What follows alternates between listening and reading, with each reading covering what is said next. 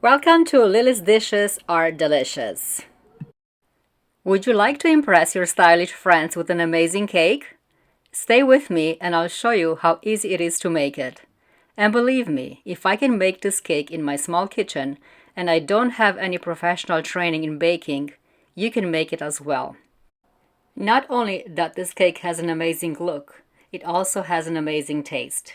So let's get baking. This is a Boston cream pie cake that's decorated. So I'm gonna start by heating up the milk and the butter in this saucepan here.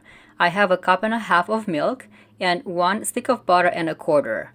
When the butter is melted, take it off the stove, add 3 teaspoons of vanilla, place the lid on and set it aside. Now I'm gonna work on the dry ingredients. I'm going to sift here 2.5 cups of flour and I'm using all-purpose flour. I'm adding 2 teaspoons of baking powder and half a teaspoon of salt. When everything is sifted, I'm going to take my whisk and run it through the dry ingredients just to make sure that the baking powder and the salt is evenly distributed. Using a stand mixer, I'm going to beat 5 eggs. The eggs are at room temperature. If you don't have a stand mixer, not a problem, you can use a hand mixer. You need the whisk attachment and beat it for about 30 seconds. Then add the sugar gradually and then continue beating for about 5 minutes. At the end of the 5 minutes, you will notice that the eggs are turning light in color and the volume has increased. After 5 minutes, remove the mixing bowl and quickly add the hot milk mixture. Whisk it very fast because you don't want to boil those eggs. Once you're done whisking it, then add the dry ingredients. And I like to add half of it first and then half later. Because this batter is on the runny side, I used the whisk to incorporate the flour instead of using a spatula. By using this whisk, I mix in the flour a lot faster than I would do with a spatula, and also what it does, it helps me introduce air into the batter, which ends up into a much fluffier cake. Divide the batter evenly and then bake it at 325 degrees Fahrenheit or until when you insert the toothpick in the center it comes out clean.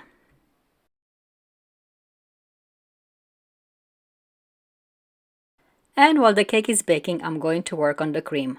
I have 7 eggs here, the eggs are at room temperature. I'm separating the egg yolks, and to the egg yolks I'm going to add 3/4 of a cup of sugar, granulated sugar, 1/4 teaspoon of salt, and mix it very well until it becomes light in color and fluffy. Then add 3/4 cup of flour, all-purpose flour, and mix it until it becomes nice and creamy. Then set it aside. In a saucepan, I'm going to heat up 2.5 cups of half and half. And I'm going to use the whisk to mix it here to prevent it from burning. Then I'm going to pour a small portion of it into the egg mixture to temper it. Mix it very fast because otherwise you're going to boil those eggs. So make sure all that milk is incorporated. Then repeat the process. Do it one more time. Mix it fast again. And once you're done mixing it, then transfer the egg mixture into the remaining half and half and continue whisking it on the stove until the mixture thickens up.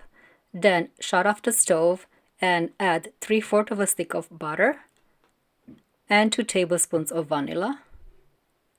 Mix it until the butter melts, and then you have to transfer this mixture into the fridge. But before I do that, I'm going to strain it to make sure there are no lumps into it. Then cover it well with a saran wrap, and it should be pushed down all the way into the cream. Otherwise, you'll end up with this thick film on top of it. And to prevent that film from forming, you have to touch lightly the cream. So place it in the fridge until it cools off. Cake is out of the oven and I'm going to let it cool into the baking pan for about 10 minutes. Then I'm going to place it on the rack and allow it to cool completely on the rack. And now the secret is out. The way I achieved that beautiful design for the cake is by using stencils. So I bought the stencils. They are individual pieces and I believe they're made for cookies. But what I have to do is I have to use some scotch tape to tape them together to have one piece, because I'm going to use this on the cake, and the cake has to be frozen. I have to work very fast. I don't have time to use individual pieces because I risk waiting until the cake starts to melt, and then when I pull the stencils off, I'm going to pull the cream as well, which I have done before. My cake has cooled off, and so is the cream. And now it's time to assemble the cake. So I put one cake layer on the cake board, and I'm placing the cream on top of it. Then I'm putting the other cake layer on top of the cream, and then it's time to get busy to create the ganache. And for the ganache, I need 8 ounces of semi-sweet chocolate. And always use good quality chocolate. I prefer to use like baker's chocolate rather than chocolate chips. So cut the chocolate in small tiny pieces and then put it into a bowl.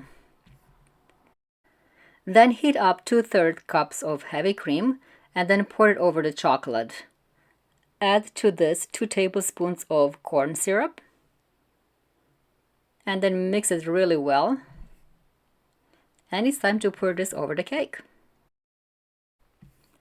Always have your cake placed on the rack for this part and have some parchment paper underneath. This way all the excess will fall onto the parchment paper and you don't create a mess on the table. And you have to work very fast because the chocolate will begin to set pretty quickly. And when I'm done, I'm going to place this cake in the freezer for at least 3 hours. You need this chocolate to be very frozen, and like I said, if you put the stencil on it and it's not completely frozen, when you lift up that stencil, the chocolate will come right with it. One time I made this cake, I had company coming over and I was running short on time, so I took the cake out of the freezer a little too early. It was frozen but not as it should be. So I placed the stencil on, I created a design, and then when I lifted up that stencil, my entire chocolate layer came with it. It was a big mess. So learn from my mistake, don't do it.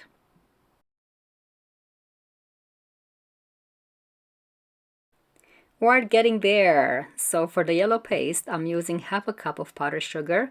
I'm squeezing in a little bit of the yellow gel paste, sparkling paste that I have, but you really don't have to use that. What you need is a couple of drops of yellow food coloring and then 2 tablespoons of heavy cream. So mix the whole thing really well and you'll end up with this nice beautiful yellow paste. And I made sure my cake is frozen this time. So here it is out of the freezer, and I'm placing the stencil on top of it, and using an offset spatula I'm going to fill in those openings with my yellow paste. And even though my cake is frozen, I still have to work very quickly because the chocolate melts very fast. So here I am, and I don't know if you have noticed something or not. I didn't notice when I put a stencil on, nor when I put those stencil pieces together, but my lower left corner, the Dolce & Gabbana engraving, is actually taped backwards. So I have to deal with it when I remove my stencil. But for now, let's fill up the other compartments. And see how easy it is? You just have to fill it up quickly. And don't worry, it's not going to be a mess. Just gently lift up the corners. And there it is. I got a little piece of yellow in the lower right corner, but I can remove that very easily. So look at my lower left corner, Dolce & Gabbana is backwards. I have to be creative here and convert that G, the upside down G, into a normal G. So let me remove this piece here first. Best thing to do is to use a paper towel to just wipe it off. And now let's work on that upside down G. So I'm going to use a little knife here just to remove that portion. And then my favorite tool, the toothpick. So I'm going to take a toothpick and create that G there, be a little bit creative. Just add a little bit of the yellow paste there. And problem fixed. As you can see right now, my cake looks opaque, but that's because it's still frozen. Once I left it to defrost, it became nice, shiny looking. One of my nephews was very cute. He said, "I would like to have a slice, but I'm not sure if I can afford it." I thought that was very cute. It's not that difficult to make it. Yeah, it is a little bit time consuming, but if you have the time and the desire, if you're very creative, and if you're not creative, it's pretty simple to make. And trust me, if I can make it, you can make it too. Like I said, I have no professional training in baking. I do it in my spare time when I'm not working, usually on the weekend. But because I like baking and cooking so much, I create time for it. So, hope you enjoyed it, and thanks for watching.